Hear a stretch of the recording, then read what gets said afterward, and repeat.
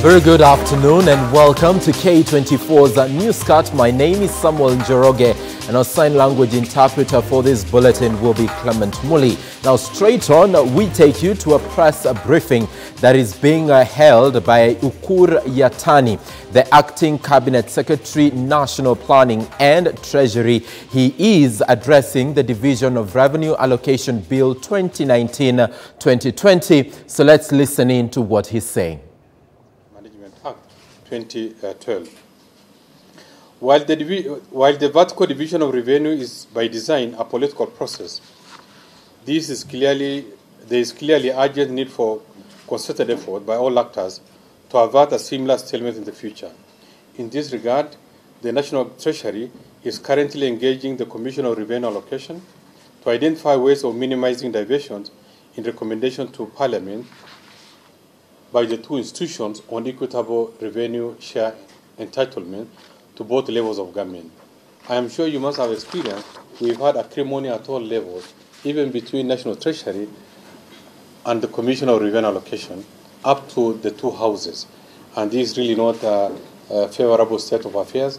And we want to have an early engagement in terms of preparing to make sure that by the time we are forwarding this to the National Assembly, the process is as conclusive as possible so that we do not have a recurrence of the same. The discussion will endeavor to unify positions on implementation of Article 203(1) of the Constitution with a view to eliminate ambiguity in the allocation of the criteria of determining equitable shares of revenue between two levels of government. This has been actually an opportunity between either the two houses or even other agencies involved in the matter to have a different interpretation of what is involved. 5, in our considered view as Treasury, there is need to develop interim measures that will facilitate funds flow to the counties in the event of future delays in approval of the Division of Revenue Bill. In this regard, the National Treasury supports Parliament's initiative to amend the Public Finance Management Act 2012 to provide temporary legislative authorization for withdrawal of money from the consolidated fund to be transferred to counties for the purpose of meeting expenditure necessary to carry on their services until at the time the Division of Revenue Bill is approved. Such a measure will facilitate continuity of service delivery to citizens and will cause minimal interruption to the day-to-day operation of counties. It's not been a very desirable state of affairs because quite a number of counties have also gotten perfect excuses not to continue rendering services, and the guys that money has not been released to them. In our considered view, this now will be brought to rest because all agencies and institutions will be aligned and will be transacting with the knowledge that we have an elaborate arrangement of dealing with a situation of the same. In the meantime, county governments are urged to finalize and adopt their budgets, which will prioritize payment of pending bills accrued from previous financial years. Based on a report by the Auditor General, it's really important to understand that the state of the economy will be very much dependent on the private sector. And quite a number of them are being owed so much money by the counties in form of pending bills. This is hurting them, and it's a matter that we are addressing seriously. And respective county government should settle these bills because not in the interest of the public. Quite a number of them have been audited, and it is our view that this should be a direct charge, a first charge, as soon as we release this money. The stock of county pending bills to date were estimated at 100 billion at end of February 2019, of which shilling 40.5 billion was found to be eligible for immediate payment by the Auditor General. Approximately 25% of the arrears comprises of unremitted taxes and other statutory deduction, which is an illegality. We are aware that some counties have deducted pay-as-you-earn, contribution to NHIF, contribution to NSSF, and other statutory deduction, but they have failed to remit to KRA as required. This is an illegality, and we are in discussion to make sure that we do not have a recurrence of the same. Other pending bills relate to outstanding payments to the Kenya Medical Supplies Agency, KEMSA, for delivery of drugs and related commodities, which comprises delivery of universal healthcare coverage program. If KEMSA is not being paid as required and within the timeline, then the stock and the resupply of drugs will be curtailed. This is going to impact negatively on the agenda forward under the universal health coverage. We are appealing to the counties to make sure that they prioritize payment of the same. The rest of the areas comprise of dues for contractors and suppliers of goods and services, including utilities such as electricity and water. We are also aware that some counties are not paying for street lights, power that has been consumed by those counties. They are not paying for certain utilities, including water, even for electricity. This is really not desirable. We cannot conduct business in an atmosphere where I deliver services, but then you fail to pay. This should not be tolerated. It should be emphasized that such high levels of pending bills generate detrimental economic impacts to the entire economy, including unrealized targets for collection of revenue by Kenya Revenue Authority. If the 100+ billion was actually paid, close to 30% will go to Kenya Revenue Authority, and is going to finance our operation as government, and is going particularly the delivery of services. Non-payment of pending bills will also lead. Now, the structure that informs the share of revenue between the national government and the county governments in the country is one of the issues that Ukur Yatani is addressing himself on, even as he tells the nation that 50 billion has been disbursed from national treasury to the counties with immediate effect. Expect more details in as far as that story is concerned during our subsequent bulletins right here at K24 TV. Now, also a major headline for us as of this afternoon is the post-mortem on Tob Cohen, the fallen Dutch tycoon. And we've got Lennox Sengre, who's been following up on this story and now joins us live with an update from Chiromo. Lennox? Well, Sam, a pre-post-mortem conference between the lawyers and the family members has just ended a while ago with the family lawyers and some of the guys who are supposed to help in carrying out this exercise, where the pathologist has just ended a while ago. From the pictures you can see are the guys trying to remove the Dutch citizen's body. There's Tob Cohen from the Chiromo morgue to Kenyatta National Hospital. That's where the X-ray exercise is supposed to be carried out. We are being told that the body will be taken to Kenyatta National Hospital, then be brought back to Chiromo morgue. We are being told that it is an X-ray exercise that will be carried out at the Kenyatta National Hospital. Then they bring the body back. Earlier on, we were addressed by the victim's lawyer, that is Sarah Mugo's lawyer, who is Philip Mugo, who has been waiting for this exercise really to kick off since 9 a.m. and until now we have not been informed of what is taking place here. We were told that an hour ago they were supposed to remove Tob Cohen's body to Kenyatta National Hospital, but we are still waiting. We are being told that any minute from now they will be removing his body from this morgue to Kenyatta National Hospital for an X-ray exercise. Some of the pathologists who are supposed to carry out this exercise are Ndegwa, who will be representing the government side. Earlier on there were conflicting statements about Johansen Oduor really attending this exercise, but the defense lawyer raised a concern that they only want different pathologists really to help carry out this exercise. From the government side, we have Emily Rugena. Emily Rugena, I beg your pardon, will be representing the Keen side, and also we have Gashie, Professor Andrew Gashie will be representing Sarah in this exercise.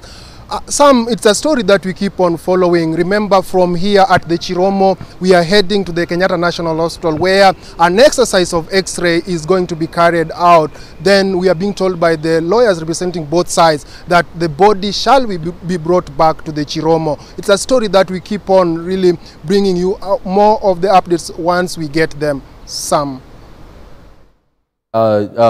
Lennox Sengre for that update from the Chiromo mortuary. As he says, we expect more details and as far as this story is concerned, and we'll keep updating you during our subsequent bulletins. Now, yet another story that has been developing for the better part of this day is that London-based firm All Africa Advisors ranks Machakos Governor Dr. Alfred Mutua, his Kakamega counterpart Wycliffe Oparanya, Nairobi's Mike Mbuvi Sonko, Makueni's Kivutha Kibwana, and Mombasa Governor Ali Hassan Joho as the top best performing governors in the country. The UK advisory firm undertook the research between June and August this year. And here is our reporter Robbie Omondi with more details.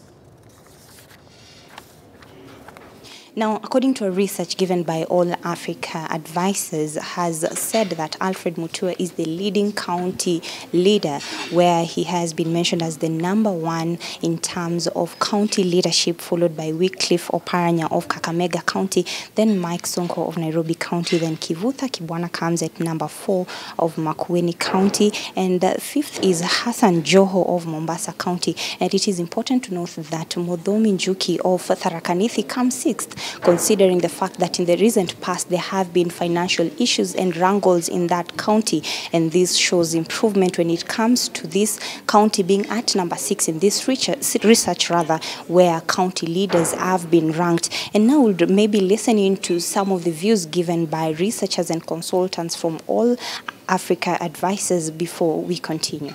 There are 6 really key areas that the people we've spoken to since June to August have told us about essentially what they prioritize as their expectations from their county governments. Infrastructure development across the country is certainly the highest priority. And those counties that have delivered consistently on infrastructure have been rated extremely highly. The second area is public participation. Analysis of how the delivery and sustainability initiatives are delivered. So it's not just the delivery of the infrastructure, but how you sustain the continued delivery, the continued training of the resource pool that are going to ensure that that infrastructure is exploited to the best plan. There you have it, and maybe before we look at some of the issues and highlights that were being looked into while ranking these governors and their counties, it's important to note that the least performing governors included Ferdinand Waititu of Kiambu, who came at #47 in the list, followed by Cyprian Awiti of Homa Bay at #46 and Ojamong of Busia at #45. And it is important to note that in this research, the report stated that most of these county leaders engaged in national politics rather than service delivery, which required them to focus on health issues, education, women empowerment, youth empowerment, and infrastructure in their counties, among other many things that they're required to participate in. And it is important to note that some of the governors, such as Mike Sonko, in recent reports appeared nowhere in the top 10, and now they appear in the top 5, meaning there's so much improvement in these counties' leadership. And the kind of reports and research that comes from the people and respondents from the counties indicated that most county governments or rather county leaders are doing their part. And according to this report, 49% of the respondents said that this report, or rather this devolution or the devolved services in the counties have failed, while 51% thought that this services, or rather this leadership, are doing well to serve the people according to the devolution and the devolved services that are supposed to be issued by the county leaders. And we'll be able to get back to you later to ensure that what does the report entail, and we'll be able to feed you with that report so that in the near future we can be able to rank our governors depending with the kind of services that they issue to the county governments. Back to you in studio. Now, thank you so much, Robbie Omondi, for that update. And we're moving on to Parliament, where various committees have been meeting today, and key among them is the Public Investments Committee that has been querying the National Housing Corporation over development on parcels of land that have not been valued and lack ownership documents. And here now we are joined by our reporter, Rose Gakuo, live from Parliament, to just brief us on what exactly has been happening from Parliament today. Rose. Good afternoon to you, Samuel Njoroge. Indeed, we are at the premises of Parliament, and the Public Investments Committee from the National Assembly has just adjourned. Remember, they had a sitting with officials from the National Housing Corporation, and this was just at the observation of the audit report of the 2014-2015. And remember, various questions and queries have arisen from this sitting, and key among them is the fact that over 52 parcels of land in the country owned and managed by the National Housing Corporation do not have any form of ownership documents, leave alone having been valued. And of course, these are among the audit queries that the members were hard pressed to answer, bearing in mind it's coming at a time when issues around the ownership and development of certain areas and properties using public funds is in question, coming just recently after the Lake Basin Mall, where the construction and establishment of the mall was said to have been done at an excess of over 2.5 billion shillings. And of course, these were among the key questions. And remember, part of those 52 parcels of land already have buildings and property erected, including housing schemes and the like.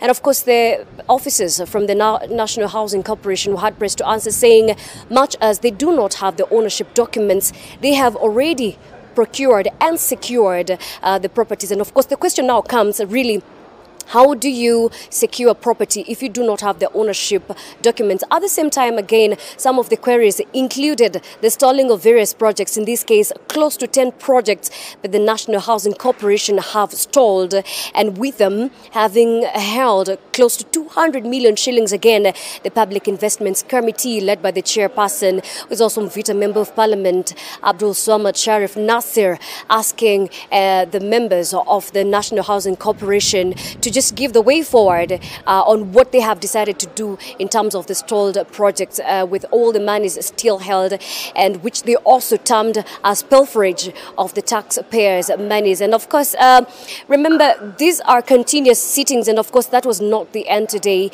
The officials are expected again next week by the Public Investments Committee, who really raised the alarm in terms of the government coming in to establish and perhaps even develop properties on land that has not been valued. Some of the similar instances that we have seen recently is along the Mau Summit, or rather the Masai Mau settlement scheme, which is also a water tower where settlers recently have been asked to move out, but of course were given 60 days a period.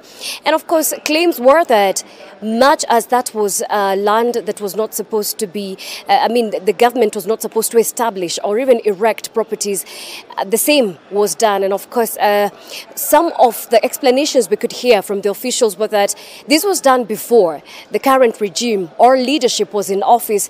But of course, that does not solve anything. And of course, the question is, what should be done? And these are the answers that we do expect to get in coming sittings from Parliament. I am Rose Gakuo, and we'll be certain to follow the comprehensive story. And of course, more information and more committee sittings expected here today. I'll be certain to compile that for you. Back to you, studio. Thank you so much, Rose Gakuo, for that comprehensive brief on what has been happening in Parliament today. Now, moving on to other stories, is that a section of members of Kirinyaga County Assembly are now calling on the Directorate of Criminal Investigations and the Ethics and Anti-Corruption Commission to launch investigations into the county government affairs, claiming there is a massive corruption and looting of county resources by the county leadership. According to the MCAs, over 1.2 billion Kenya shillings allocated for various projects in the county cannot be accounted for, and many projects have stalled. Now, speaking at a press conference in Kerugoya town, the MCAs led by Mutira Ward County Assembly member Kenyua Wangoi also alleged that corruption is deep-rooted in the county procurement department after individuals close or related to the governor were awarded contracts worth millions of shillings. The MCAs also dismissed the governor's purported position as Mount Kenya region spokesperson, saying it was a fallacy. We have seen a dilapidated health sector whereby there are no medicine, there are no pharmaceuticals, there are no proper infrastructures, there are no beddings, there are no bed in our facilities. We have said, as members of the County Assembly, we have provided enough budget for all those facilities, but they are not being provided. We have provided money for road infrastructure and no work is being done. Vehicles were purchased, earth movers, lorries, graders were all purchased using county government funds, and nothing has been done so far. We are asking the government, led by one Honorable Anne Mobi Kamodo, why is Kirinyaga lagging behind?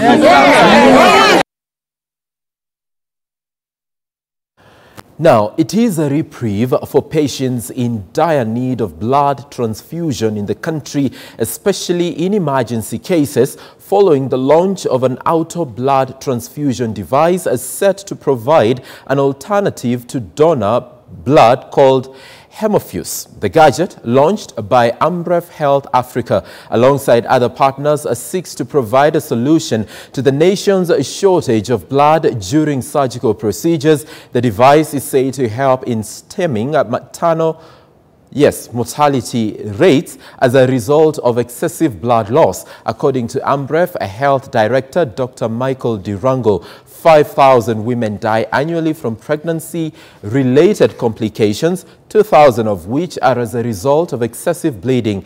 And with the launch of the device, this will help stem the mortalities where a patient's own blood can be used to transfuse them using the gadget that maximizes on blood from the patient to avert waste. The launch comes at a time when Kenya is grappling with shortage of blood as a result of lack of funds for screening tools following the move by the U.S. President's emergency plan for AIDS relief to stop its annual funding of 2 billion shillings for blood collection and testing services in the country. A lot of blood goes to waste. When a woman has an ectopic pregnancy, that blood is good if only it's properly managed, collected, filtered professionally. It can be transfused, and that's what Hema is about. That there are many women who get ectopic pregnancies and they go to theater, maybe they need blood. And other emergencies like accidents where you have spleen or liver or other ruptures in the abdomen where the blood remains salvageable or usable, that blood should not go to waste, because you can imagine that shortage and then we are throwing away blood. Hema is a solution to that. Now, a second-year Moi University student who was arrested after he was found in possession of ivory has pleaded with the court to release him on grounds that the father of a girl he had an affair with was framing him. Japhet Bakari, narrated how the father of the girl had warned him on several occasions to terminate the relationship, but the daughter declined, and which led to him threatening Bakari with arrest. Bakari now wants the bail terms reduced from 10 million to 100,000, a figure he says his fellow students can be able to raise. Alinionya kuwa wachana na mtoto wangu na akaniambia kuwa atanionyesha. Mtoto wake ananiongea naye, it was on Saturday, ananiambia kama ingewezekana angefika hapa akuje aelezee mahakama ukweli, maana bila shaka yeye vile anani baba yake hawezi akamkatia maneno na mimi hawezi akanikatia maneno. Elsewhere is that operations at the Kajiado County Assembly are in a state of limbo after the County Speaker Johnston Osoi blocked a resumption of sittings by members. The close to 30 MCAs are accusing Osoi of failing to honor a Gazette notice to reopen the Assembly today. The MCAs allege that the notice, which the Speaker and Majority Leader Julius Moipai appended their signatures to, stated that the House had adjourned to allow members to attend the arid and semi-arid conference, and Speaker Osoi, who has been at loggerheads with MCAs who accuse him of corruption and absconding duty, is facing an impeachment motion. These are matters touching on his character, and you don't go look for assess to come and negotiate some things. What we are saying, Honorable Osoi, if he thinks he is fit for that office, he should come out and clear himself at the floor of that house. What we are saying is that there is no reconciliation, there will not be reconciliation to save him from this. If he wants to save himself. Now, the leadership of the African Independent Pentecostal Church of Africa in Nanyuki has warned politicians bent on disrupting church services with an aim of championing their political agenda or those of their allies that they will not be given a platform to do so going forward. Nanyuki AIPCA presiding bishop, that is Dirango Gunjiri, while addressing the press, condemned the recent incident where it is alleged Laikipia women representative Kate Waruguru stormed the AIPCA church in Nanyuki with an aim of disrupting the service when she learned that nominated MP Maina Kamanda was present. Sunday's incident at the AIPCA church in Nanyuki, Laikipia County, has become the center of discussion over what church leaders now term as a bad habit that is being propagated by a section of politicians who are dragging the church into political matters. Nanyuki AIPCA Bishop Dirango Ngunjiri being among the first church leaders to condemn the Sunday incident of Laikipia women representative Kate Waruguru storming the church to disrupt the service and settle a political score.